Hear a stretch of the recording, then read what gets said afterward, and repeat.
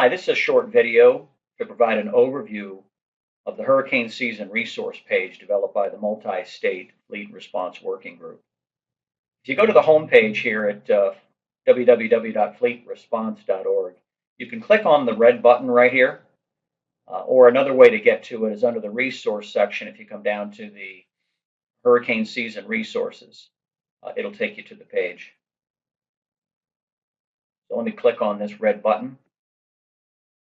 Now we're at the hurricane season tools page. So if I zoom out, just to give you a bird's eye view, this website contains a number of different operational products. So these are free, and these are informational products designed to help public and private sectors work together to resolve complex issues at the regional level. So before I jump into this, let me tell you how this was developed. This screen shows the Hazards Consortium has created an integrated planning framework at the regional level. This includes anywhere from 2 to 3 to 5 to 10 states. This framework consists of two working groups. The one on the left is the private sector working group called the Multi-State Fleet Response Working Group. The one on the right is the East Coast Corridor Coalition, which is made up of government participants, and it's governed by the public sector. So you can see the members of each work group. And what they do is they work on their own projects separate from each other, but they also work on projects in the middle, if you will, where you have joint integrated activities. So one is planning, which they do through their working groups. So when they do integrated planning, they come together to discuss typical solutions or potential solutions. They look at identified shared problems, and they work on these together.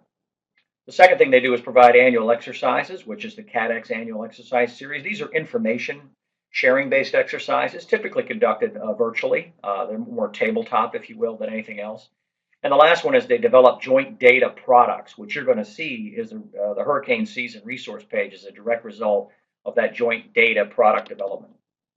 So if I go back to the hurricane season page, let me start with the first one here, and you'll see the NOAA Weather site. Why is this here? The states were asking the private sector, what website do you use as a primary, not the only resource, but as a credible resource tool in your decision making? In the private sector, they worked with the public sector. They both came up with, let's use the NOAA Weather site. So the reason this is number one is it's so important when you're looking to make decisions operationally as far as what is the data you're deciding that. And this isn't the only data. Both states, urban areas, and companies have multiple other sources, but they agreed this would be a good one.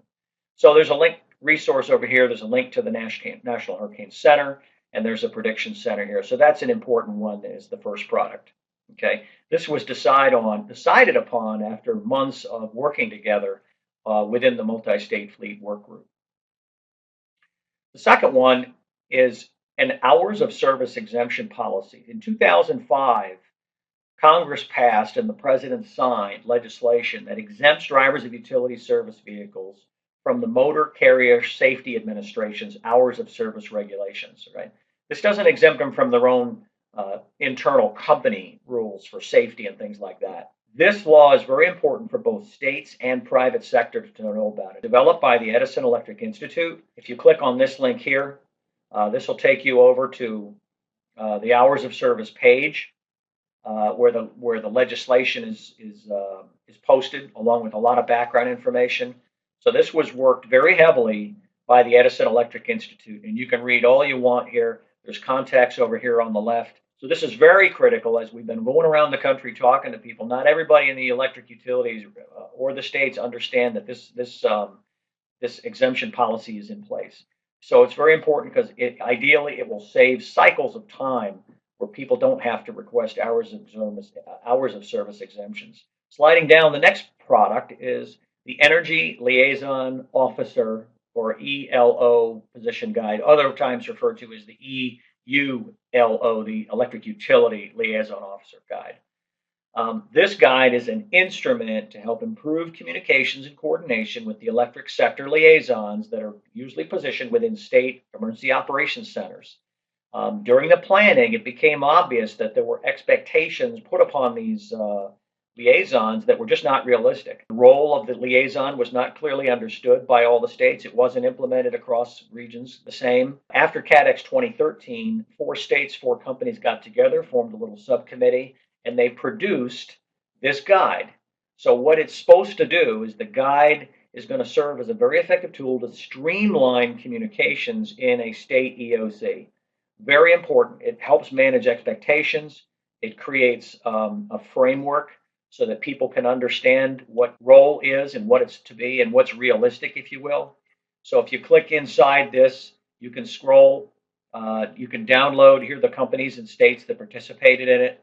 There's a forward page, if you will, that will outline what this is. And here's you'll see right here under these bullets. Okay, clearly defined mutually agreed to objectives for the EULO. More uniform EOC training, tools and checklists, written processes and procedures, written essential elements of information to be shared back and forth between the liaison and the state, basic knowledge of EOC. So this is a really important document that can be customized per region, but it's really designed to help set a common understanding, jointly developed by state EOC directors and private sector electric utility professionals. So that's product number 3. The next one is product number 4. For anyone that is utilizing E-ZPass or comes in and out of the E-ZPass region, this is a very important document. In a nutshell, the E-ZPass toll collection system covers about 15 states. And what this report will outline is in one of the states, in Delaware, if you will, a company can open an account from anywhere in the U.S. They can open an account in Delaware using E-ZPass and get a single transponder and operate a number of different trucks, unlimited, I believe, number of vehicles can be posted up on the Delaware E-ZPass account page. Then those trucks can utilize the E-ZPass fast lane. The process is as they go through in any state, they take a picture of the front and back license plate, and then that's billed to the Delaware account credit card that's on file. Very important that it's legal, it's ethical, it's been in place for some time. You can see there's a document here you can download, which we put up specifically for people to look at. This has been reviewed and approved by both the vendor of the service as well as the state. So this document simply outlines the process, how you go about using it, online registration process, the states that are covered and participating. Anyway, I won't let this load up, but you can download this document off of the website. So that's product number 4. Very important. This will save money. People from out of state can post up a couple hundred vehicles under one transponder. It's low cost, and when they need to use it, they can use it. And there's guidelines and checklists for that as well. So you can operationalize that account before you go. So you make sure you have enough money in it to cover the trip up and the trip back. The next product, number 5, a process developed by the Fleet Working Group that was used to move multiple fleets across state lines. And what this is a national database of state websites that govern the entrance and pass-through requirements for each state on a number of different topics like toll and weigh stations, declaration processes and websites, commercial motor vehicle information, permitting, roads usage and conditions. Fantastic database. It's one place. So if you click on this link right here, you can go right to the website. There's a video here as well. You can watch a demonstration of it. But if you go to the Fleet Move webpage, you can click on the service. And what it does is it populates a screen. You simply hover over the screen you want. Click on New York. And you can go into, for that particular state, you can see all the toll information. It'll tell you what toll bridges there are. You click on one of them, and it'll take you to the Bayonne Bridge site. All the information is maintained by each of the states. So there's toll bridges, the electronic toll system for E-ZPass. It'll give you the information there, how to enroll. And then up here, you'll find other information. So if you're from out of state, you don't understand New York, this is a great free website that basically brings all of this information together in one place. So companies from around the country that are coming into New York can go to one place and get that information. Fantastic product. It's free. It's made available to folks that visit the Fleet website. Number 6 is the Canadian border crossing. This is a really important process that was put to place by members of the Fleet Working Group, the electric sector, DHS, Customs and Border Protection. So this process basically educates people to crossing the border from U.S. into Canada and Canada into U.S. The results of this were phenomenal. It took a 2-hour delay down to about 20 seconds. Part of that was just having the drivers know what to be ready for and finding the places where to find the information. So this document is online. You can click here and download the document. Very important for people to know about this as they're coming in and out of Canada, in and out of the U.S. across the Canadian-U.S. border. So the next product, number 5, is the Regional Fleet Movement Coordination Process. This has been operationally in use for over a year now. What this is a process that will explain how the private sector needs to move information across multiple states to help expedite fleets coming in and out of a state to get through it quickly to get over to the impacted state. So you'll see here there's a YouTube video that explains the process. There's actually a document that was put together that explains it. This information can be downloaded, and it has forms and tools and process in here that explains how it works. So this is a important process used by the states and the private sector, regional mutual aid groups, and this process now is documented, and we're working with a number of states and FEMA along the East Coast to get more states understanding it and how they can operationally support it.